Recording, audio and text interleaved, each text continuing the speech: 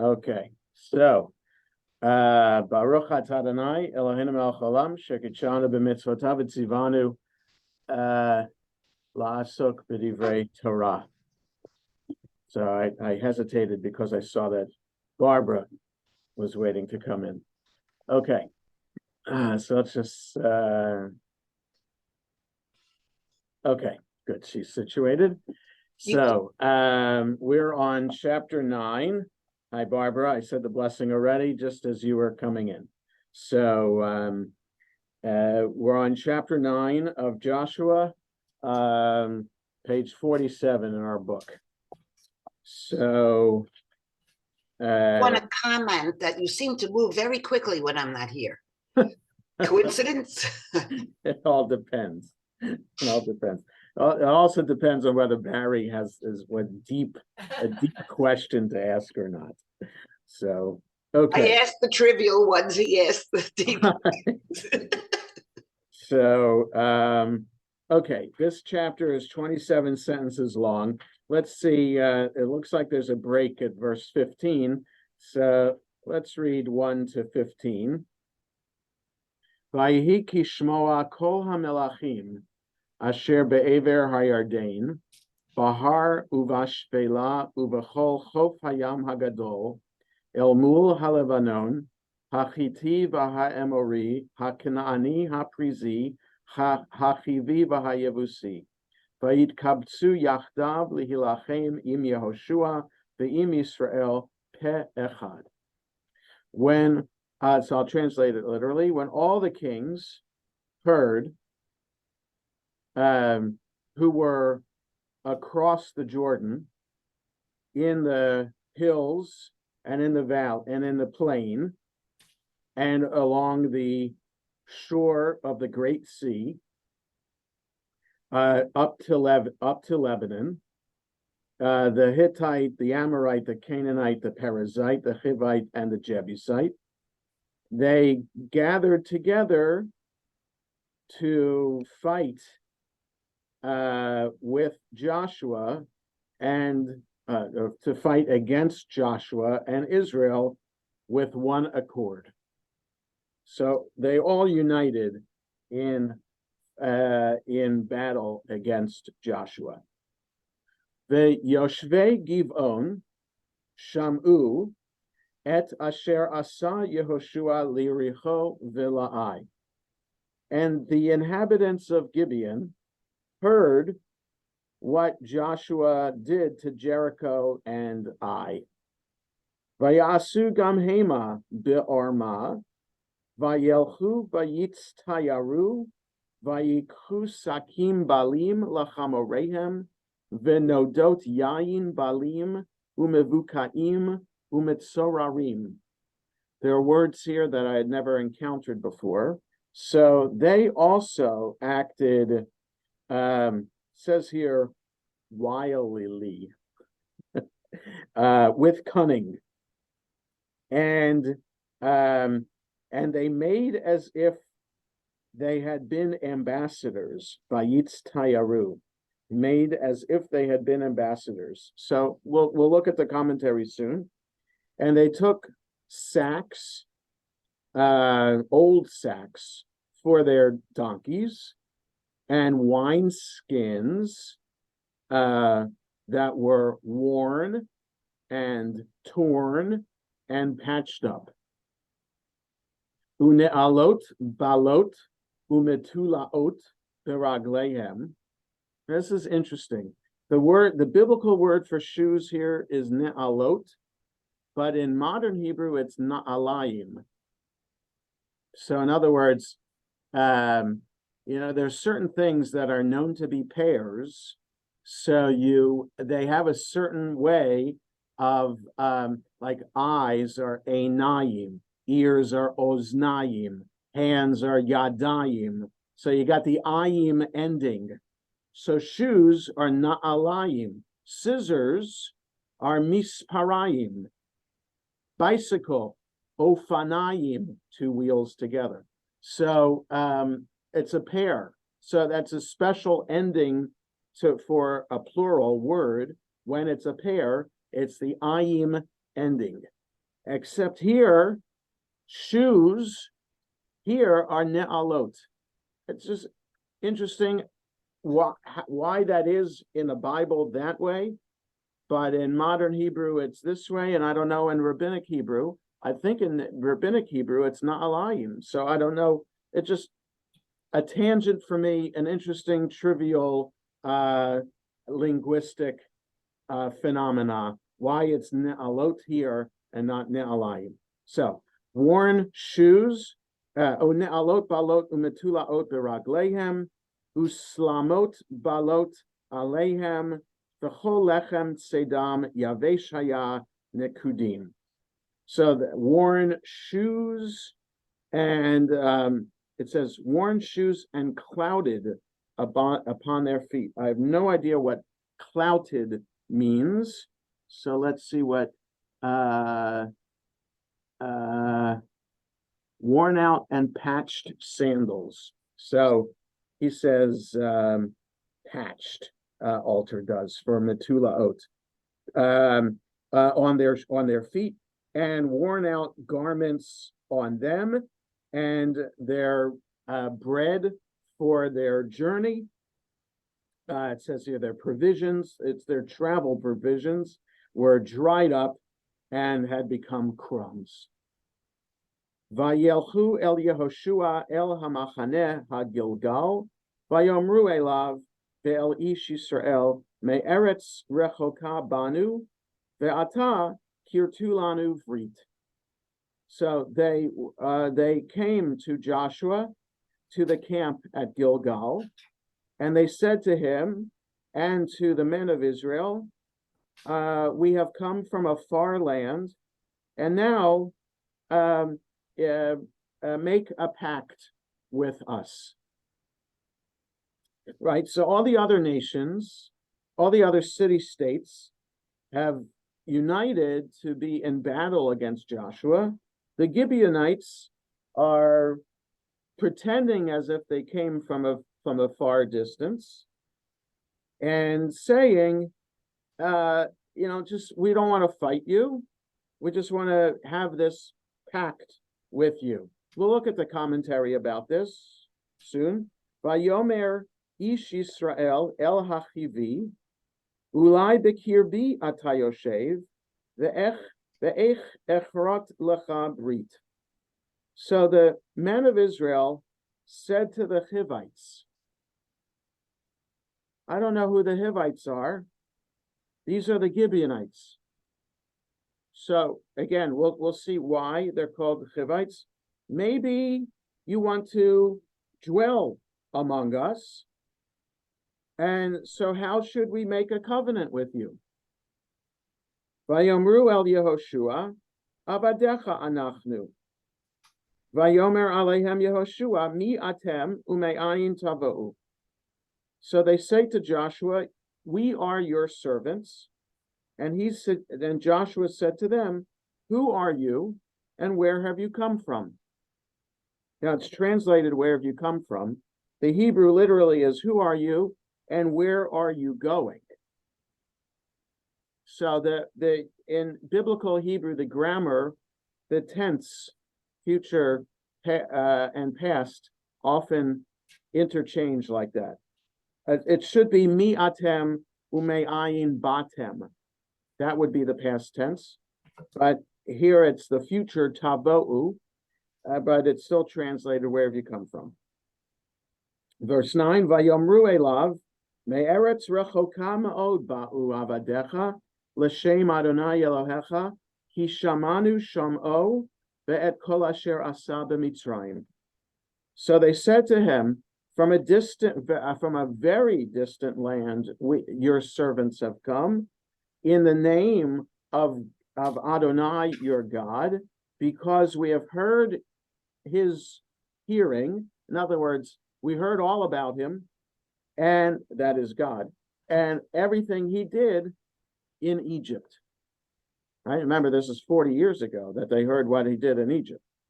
Ve'et kol asher asa lishnei malchei ha'emori asher be'ever ha'yarden lesichon melech Heshbon ula'og melech haBashan asher ba'ashtarot. and everything he did to the two Amorite kings on the other side of the Jordan, to Sichon, the king of Heshbon, and Og, the king of the Bashan, in Ashtarot. Right? So the book of Numbers describes that, right? The battle with Sichon and Heshbon. And in fact, it's so great that Psalms talks about it too, about this great battle, that they're still ragtag slaves. I mean, it's 40 years after, and they're just about getting to the book of Deuteronomy, settling on the other side of the Jordan, where Moses is going to summarize for them, and they do these two battles with Sichon and Og. Okay, so perhaps to set the stage for then going over the Jordan and Joshua taking over and defeating Jericho and Ai. Okay, so the Gibeonites are saying, we've come from a distant land. We heard all the great things that God did for you in Egypt, and also how you defeated Sichon and Og.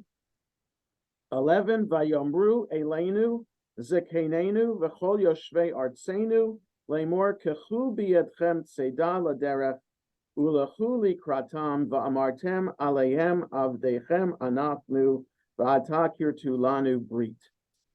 And our elders said to us and all the inhabitants of our land, saying, take in your hands provisions for the journey, and go to meet them, and say to them, we are your servants, and now enter into a pact with us, right? And now make a covenant with us, right? Let's make a pact.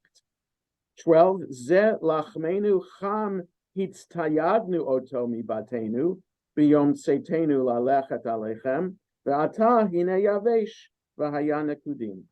This, our bread, was warm when we packed it from our houses on the day that we left to go to you, and now it is dry and has become crumbs. At 13, ve'ele nodot hayayin asher milenu chadashim v'hine hitbaka'u ve'ele salmotenu une'alenu balu merov haderech ma'od. And these wineskins, which we filled new, they have become torn. And these garments, and these our garments and our shoes became worn from the lengthy journey, the very lengthy journey. 14, Vayikhu ha'anashim mitsedam ve'ad pi Adonai lo sha'alu. And the men took from their provisions, and the word of God they did not ask. So the Israelites took the Gibeonites' word and did not ask God to see if they're telling the truth. 15, Vayas lahem Yehoshua shalom, Vayichrot lahem brit lachayotam, Vayishavu lahem nesiei haida. And Joshua made peace with them and enacted a covenant, a pact with them to keep them alive. And the princes of the congregation swore with them. Okay, so let's take a look at the commentaries so far. Gibeonites, the little that I remember about the Gibeonites, they're not good people. So and we're going to have stories about the Gibeonites with in a little bit more in Joshua, and also in the book of Judges too. So Gibeonites, they're not good from what I remember. Okay, so the commentary on the bottom of 47, the hill country. 3 districts are mentioned, namely the lowland or Shpela, properly the region of low hills south of Ayalon, between the plain of Philistia, that here the shore of the Great Sea, on the one hand, and the central range, the hill country, on the other. And Lebanon, see on chapter 1:4. The Hittites, see on chapter 3:10. Of the 7 peoples enumerated in that verse, the Girgashite is not mentioned here. Possibly this tribe, for some reason, did not join the alliance. With one accord, literally one mouth. The rabbis interpret against the mouth of the one. That is, they determined to fight the divine decree on the allocation of the land to Israel. So pe echad, one mouth, in verse 2 is that, so the Midrash suggests that it's there with one mouth against God's mouth. So they're not just fighting against Israel, they're fighting against God. Verse 3 in the commentary, but when, etc. In contrast to these peoples, the Gibeonites sought peace by submission. Gibeon, it has been identified with El Jib, about 5 or 6 miles northwest of Jerusalem. It was larger than Ai, and apparently the chief or capital of the 4 cities enumerated in verse 17, which we'll get to. Its inhabitants were Hivites, verse 7, from which it is to be inferred that not all the Hivites mentioned in verse 1 joined in the campaign. So this commentary suggests that Gibeonites are mainly Hivites, and that the town of Gibeon is a few miles northwest of Jerusalem. Now, if I just look at the map in the back of the Eitz Chaim, let's see where Gibeon is there. Israel yes, Gibeah. Yeah, that's where the map puts it. So if you want to look, if you have the Eitz Chaim handy, look at the 3rd map, and you see where Jerusalem is, and right above the word Jerusalem, in bold letters, is Gibeah. Okay, so and then there, in smaller print, there's a Givon, Gibeon, just diagonally up above that as well. So Gibeah is a big town there. Givon is a little bit further there in the middle. So, and then Ai is diagonally northeast of that. So it's all in this region, just a ways in from Jericho. Okay.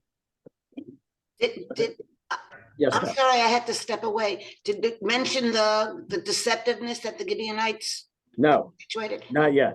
Not yet. I haven't gotten there yet. That's verse 4. Because Asimov really goes into that. Uh-huh. It's interesting. Okay. But this is sort of an early, interesting lesson in diplomacy and relations with an enemy you can't beat. If you can't beat them, join them. Right. But that's on the part of Gibeon, you mean? Yes. Right. Right. Yeah, for some reason. So why didn't they join the other Canaanite kings together to fight? Maybe they're telling the truth in that they heard all the great things from God and they couldn't fight them. So if you can't fight them, join them. But the way they're joining them is through deceit. Why not just say, we heard all these great things, we want to be part of you, don't kill us? Do you think today countries don't deceive each other to reach their ends? Right. It hasn't really changed. If you think I about understand. I understand. I'm just saying from the context here, what are their true motives? Are they so afraid of the Israelites that they felt that they needed to be deceptive in order to be accepted and not killed? Right. So that's the question. Barry. Yeah, Jericho is still on a modern map. Is Ai and Gibeon on a modern map? Are those cities that are still viable today, or are they just? No, I don't. As far as I know, not. But let me see. The the last map that we have here in the Eitz Chaim is in the time before the Babylonian exile, and I is still there. So those maps are placed there because that's where It's for the Bible. That's where Right, the Bible so says. I don't know in a modern map of Israel. There could be an archaeological place for Ai, but it's not a modern town. And Givon, I don't recall that as a modern town either, but yes, Bess? It says Gibeon was a large city for its time, but is now represented only by a small village with a recognizable Arabic name of El Jib. Oh, that's what this guy is saying down here from 100 years ago. So yeah, the village of El Jib is still there. Okay. Yeah, so it's in the Palestinian Authority area. So I'm gonna look it up to see what it means. was it what? Was it? I wonder what Jib means, El Jib. You can ask Google what jib means in Arabic. Okay. Verse 4 in the commentary, they also did work wilily. As Joshua had employed a stratagem to defeat Ai, so did they escape their doom. So did they to escape their doom. Or they too, like the kings mentioned in verses 1 and following, took defensive action but used different means. Made as if they had been ambassadors. This translation connects the verb with seer, envoy. Several Hebrew manuscripts, the Septuagint and the Targum, the Aramaic, read and took them provisions, as in verse 12. The two verbs differ only in one consonant. Right. So in other words, yeah, the verse 12, Said, which is the provisions, is a Dalid. Here the word is Yitztayaru, the Resh, instead of a Dalid. Resh and Dalid, as we know, look very much alike, except for a little tail on the top. That would make it a Dalid instead of a Resh.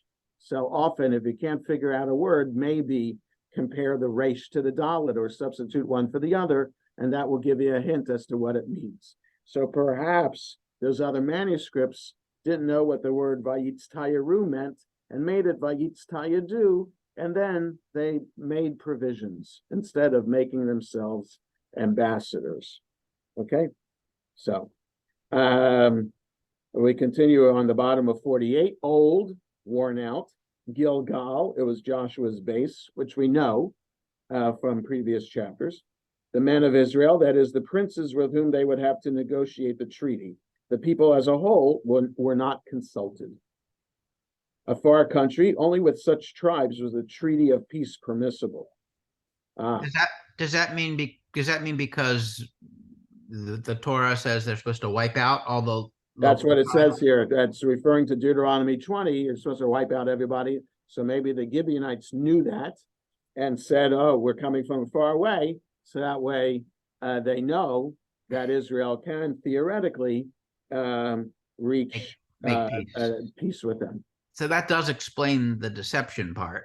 Perhaps, yeah. Perhaps. I mean, if they heard, they're saying they heard about what God did for them in Egypt, and what God did for them with Sichon and Og. Did they hear the specifics of their laws? That I don't know. Bess, did you find anything about Jib? Means the same thing in English as part of a sail or strain. It also says jib, strain. Don't. Oh, okay. Yeah. Okay. Verse 7 in the commentary, the men of Israel, the leaders, including Joshua, who is mentioned both in the preceding and following verses. Hivites, see on verse 3. How shall we make a covenant with you, since it's forbidden to us? Right. So in other words, that's the question the Israelites are asking. We're not allowed to make a covenant. 8. Unto Joshua, after their negotiations with the men of Israel, they were brought to him because the decision would be his. We are your servants. The treaty they suggested should take the form of a protectorate. They offered to be the servants of the Israelites whose protection they sought. Who are you? Joshua cautiously demanded more information than that furnished by their vague statement. A very far country. Presumably they had named one, but it's not specified in the narrative, being of no interest.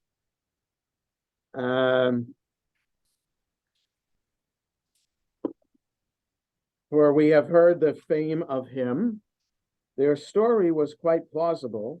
Hence, it was accepted by Joshua without more searching investigation. So in other words, they said the right things about God and Sichon and Og, so Joshua was placated that way and didn't need any more information. But Jonah, they weren't one of the tribes specifically mentioned as. Well, they're Hivites. Oh, because they're gotcha. Yeah, okay, yeah. right. Yeah. To the two kings, etc., they carefully omitted mention of more recent events, such as the crossing of the Jordan and the capture of Jericho and Ai, to give the impression that they lived so far away that they had not heard of them. Heshbon, his capital, to the northeast of Mount Nebo. Ashtarot, now Tel Ashtare, 15 miles north of Edrei, a border town of Bashan. Okay, again, on the other side of the Jordan. Our elders, that is, Gibeon was not a monarchy, but was ruled by a council. Or on the bottom of 50, the men took of their provision, that is, the Israelites took some of the provisions of the Gibeonites to examine whether it was stale. At the mouth of the Lord, by the Urim and Tumim on the high priest's breastplate. Right, so they're not asked the Urim and Tumim, should they reach a pact with this people. Joshua, the princes of the congregation, etc., Joshua as leader made the covenant of peace, while the oath ratifying it was taken by the princes who represented the whole community. Okay, so let's look at altars so far on this section before we finish the chapter. So altar, or on page 45 in the ancient Israel, beyond the Jordan, since all the peoples enumerated here are Canaanites living on the western side of the Jordan, this phrase would have to mean beyond the Jordan from the viewpoint of the Israelites coming from the eastern side, though elsewhere it almost always refers to Transjordanian territory. In United Resolve, the literal sense of the Hebrew is with one mouth. It's historically quite unlikely that the divided city kingdoms of Canaan could have constituted themselves as a single united force. They, on their part, acted with cunning. In context, the on their part must refer to the immediately preceding story of the conquest of Ai. Excuse me. There, the Israelites used the cunning of the ambush strategy to destroy the town. Here, by contrast, cunning is used by the Gibeonites to save themselves. Provisioned themselves, the Masoretic text reads, Vayitz Tayaru, which might mean they painted themselves, that is, perhaps they disguised themselves. And emendation yields Vayitz Tayadu, the letters Resh and Daled look quite similar, which seems more plausible, especially given the prominence of the cognate noun Sayid provisions in this episode. So Alter is saying the same thing that commentary did, basing it on other manuscripts. Makes more sense for the word to be Vayitz Tayadu as opposed to Vayitz Tayaru. Trussed up, the wineskins are held together with cords or strips of leather because they are falling apart.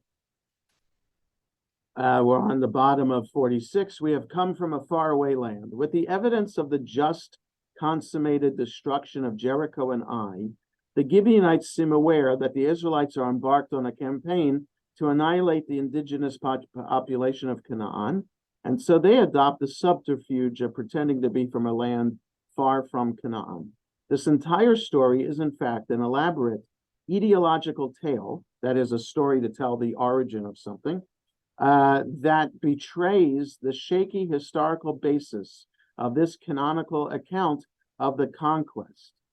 Deuteronomy, with its call for a radical separation from the pagan peoples of the land, enunciated a program of genocide. Such a program was never actually carried out, and the situation of Israel among the Canaanites was by and large the opposite. The two populations frequently mingled, and the Israelites were often open to cultural and religious influences from the Canaanite peoples. The author of this episode was trying to resolve a contradiction. A particular group of Canaanites, the Gibeonites, were not only living cheek by jowl with the Israelites, but were performing subservient duties at an Israelite sanctuary at Gibeon. The story comes to explain how the Gibeonites were not wiped out, as the program of total destruction dictated, and how they came to play a role in an Israelite cultic place. Okay, so in other words, we have a story later. The Gibeonites served in an Israelite cultic worship center. How did they come about to do that? Here's the story to explain why that was. Okay. What's an Israelite sanctuary that they were working for? Right. So there are that's the problem with especially northern Israel, that they maintained cultic sanctuaries apart from either where the Mishkan was or where the temple was built in Jerusalem. So these cultic places are places of idol worship. They could be places of Israelite worship, but they are not they're not the place where Israelite worship is supposed to be done. It's like alternative worship. Okay. Because he calls it Israelite. Yeah, so so when King Solomon died, the kingdom of Israel split into two. And the one in the southern kingdom maintained the temple in Jerusalem, and the one in the northern kingdom built a new temple in Shomron. And there, supposedly, it was an Israelite temple, and they had Kohanim working it, but it was opposed to the temple in Jerusalem, so it's not an official place. Was that the Temple of Dan that we went to on the tour? That's a different place. That's not the one that was set up by King Solomon's son. That's an even different one. So it's Israelite in that it tries to do Israelite worship, but it's not official Israelite because it's not the temple in Jerusalem. That's the temple I don't go to. Exactly right. And that's why the Northern Kingdom did that, because we think we're the king of Israel, and we think this is Israel. And so we have to have our own temple, because we should not be giving any kind of acknowledgement that the Southern Kingdom exists or has any authority over us. Okay, verse 9 in Alter, a very far away land, pushed by Joshua, they add very to their previous words. Right, so we're not just far away, we're very far away. And the men took their provisions, the bottom of 47. It may seem puzzling that Israelites should want to eat the dry and moldy bread of the Gibeonites, but Kimchi, who was a medieval Bible commentator, is probably right in surmising that breaking bread, even virtually inedible bread, with the strangers was a way of ritually confirming a treaty of peace with them. They did not inquire of the Lord. This is the technical idiom for inquiring of an oracle. Without such guidance, Joshua and the Israelites are taken in by the deception. So let's continue with the story to the end of the chapter. Vayehi, verse 16 now on page 50. Vayehi mikse shloshet yamim, acharei asher kartu lahem brit, vayishmeu ki krovim hem elav, uvekirbo hem yoshvim. At the end of 3 days, after they had established the covenant, they had heard that they were their neighbors, and they were living amongst them. Vayisu, 17, Vayisu b'nei Israel, Vayavo el arehem bayom hashlishi, ve'arehem giv'on, ve'hakefira, uve'erot, ve'kiryat ya'arim. And Israel traveled and came to their cities on the third day. And their cities were Gibeon, Kephirah, Be'erot, and Kiryat Yearim. V'lo hikum b'nei Yisrael, ki nishba'u lahem nesi'ei ha'edah ba'Adonai Elohei Yisrael, va'yilonu kol ha'edah al ha'nesi'im. And the people of Israel did not strike them or did not do battle with them, because the princes of the congregation swore an oath with God, the God of Israel. And the congregation complained. All the congregation complained against the princes. Like, we just found out who these Gibeonites are. They lied to us. How could you, they say to the princes, how could you establish a pact with them? They lied. 19, Vayomru kol hanesiim el kol ha'edah, anachnu nishbanu lahem ba'Adonai Elohei Yisrael, va'ata lo nuchal lingoa bahem. The princes said to the congregation, we swore to them in God, the God of Israel's name, and now we can't touch them. 20, Zot na'aseh lahem, v'hachayeh otam, v'lo yeh aleinu ketzef al hashvuah asher nishbanu lahem. This is what we should do to them, keep them alive, and so that there shouldn't be any anger against us for the oath that we swore to them. Right? We can't break the oath. It was an oath that we took in the name of God. We can't break that oath, so we have to keep them alive. The 21. term princes of Israel. Well, it's a Nesi'im. So the Nasi, the term Nasi we have throughout the Torah for the heads of the tribes. It's just translated here as princes. It's just the heads of the tribes. 21. Vayomru alehem hanesiim yichyu vayiyu chotvei etzim v'shoavei mayim l'chol ha'edah kasher dibru lahem hanesiim. So the heads of the tribes said to them, keep them alive, and they will be the hewers of wood and the water drawers for the entire people, the entire congregation, as the princes had said to them. 20. So they will be servants. They'll be doing this very menial work for us. The Gibeonites will. 22. Vayikra lahem Yehoshua, vayiraber alehem lemor, lama rimitem otanu lemor rechokim anachnu mikem ma'od, v'atem b'kirbeinu yoshvim. So Joshua said to them, he called to them and said to them, why did you deceive us, saying that you were from very far away, and here you are living amongst us. 23. Ve'ata arurimatem v'lo yikaret mikem eved v'chotvei etzim v'shoavei mayim leveit Elohai. And now, therefore, you are cursed, and you will never be allowed to be servants to us, or hewers of wood and water drawers in the house of God. Vayanu et Yehoshua vayamru, ki hu ged hu gad la'avadecha, et asher tziva Adonai Elohecha et Moshe avdo, latet lachem et kol haaretz, ulahashmid et kol yoshvei haaretz mipnechem, v'nirama od l'nafshotenu mipnechem, v'naseh et hadavar hazeh. So they answered Joshua, saying, because it was verily told to your servants, what God your God commanded Moses his servant to give him, to give you all the land and to destroy all the inhabitants of the land from before you.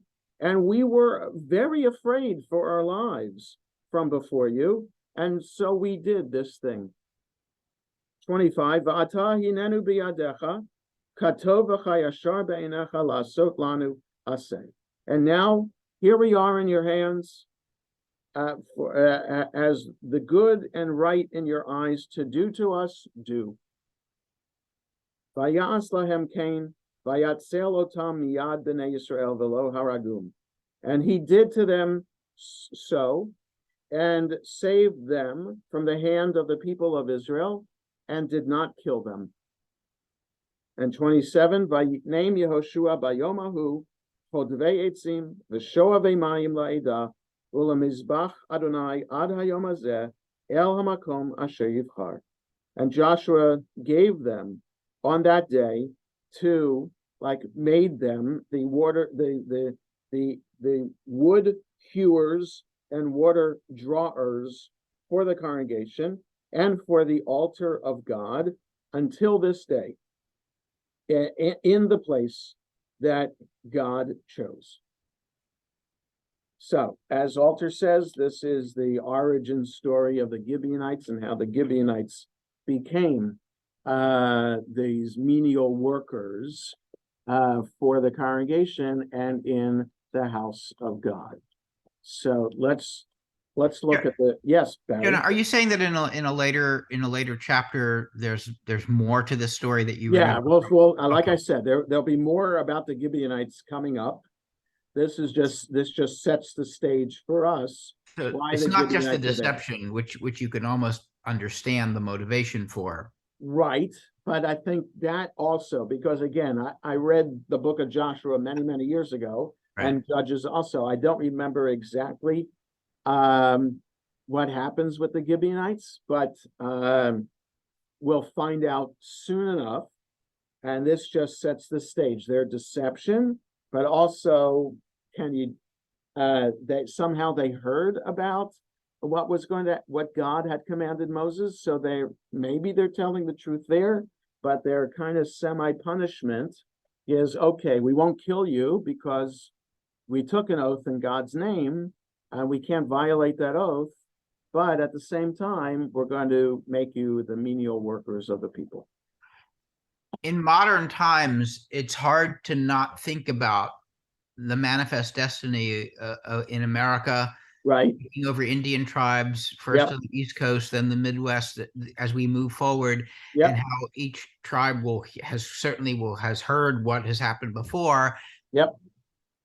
You know, it puts a kind of slant on the story. Absolutely, and the authors of Manifest Destiny knew their Bible, right? So just the fact that the Haggadah that we use in our home on Passover has lots of great commentary in it, and it has the one thought for what the official seal for United States should be would be Moses leading the people through a parted Red Sea.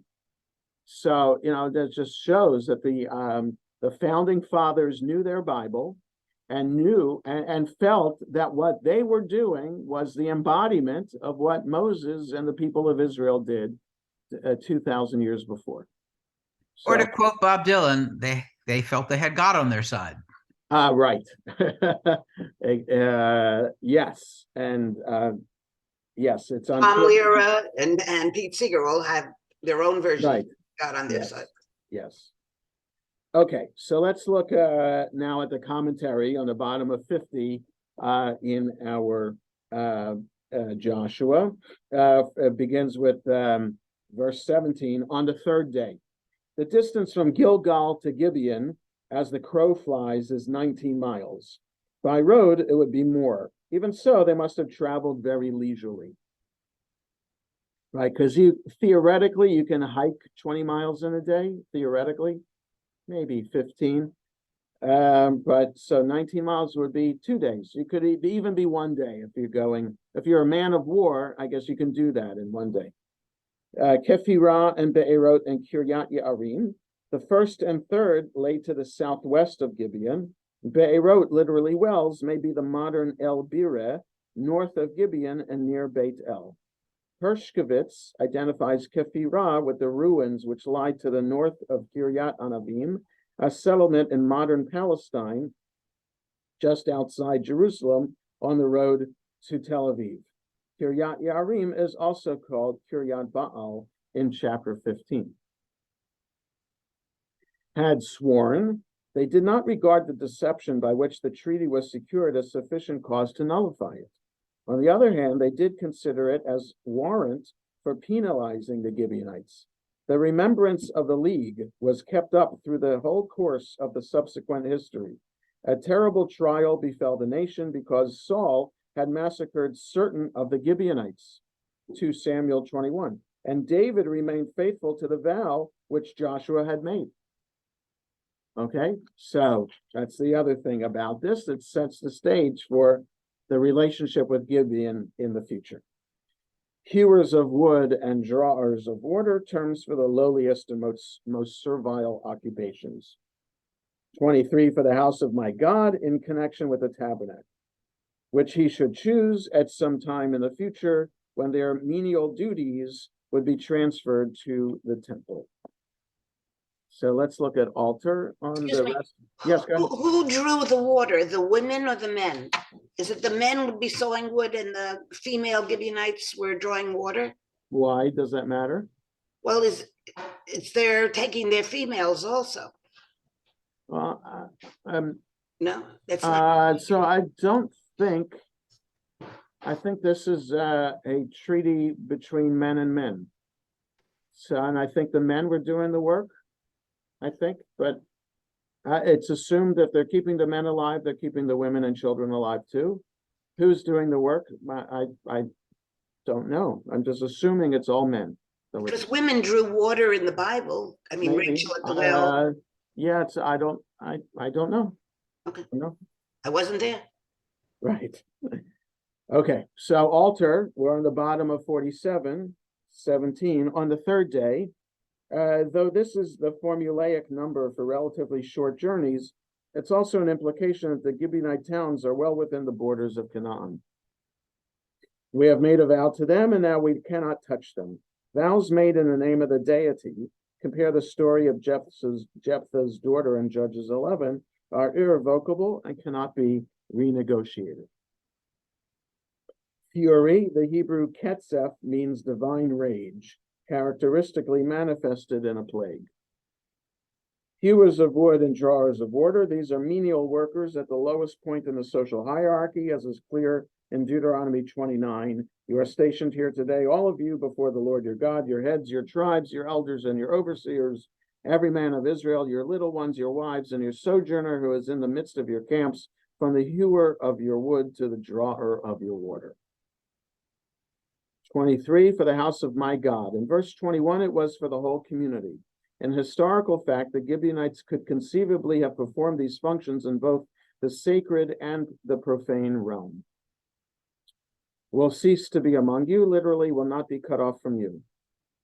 For it was indeed told to your servants in this fiction, the Gibeonites somehow have been given a full report of the promise of the land and the program of genocide articulated in Deuteronomy.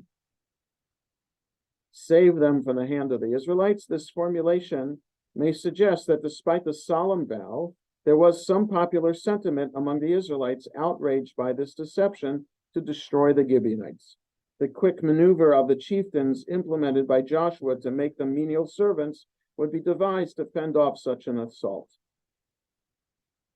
To this day, this is the formal marker of the ideological tale. If you wonder why the Gibeonites are hewers of wood and drawers of water for the Israelites, this story explains it. At the place he was to choose, this phrase in Deuteronomistic texts invariably refers to Jerusalem, but it is a misplaced editorial tick here because the sanctuary in question is located at Gibeon. Right now, the Mishkan is there because that's where the people have moved to. Okay, it's 10:20, so let's stop here for today. So next Friday is Yontiv, so we will not meet then. The following Friday is the day after Pesach, so that should be fine. And we'll see each other then. Wishes for a good Shabbos and also a happy and healthy Passover. record next Friday, please. The 2 weeks from today? Whatever. Yeah. So, I'm always recording, so it's okay. okay. Bye. Bye, everybody. Good job. Good everything.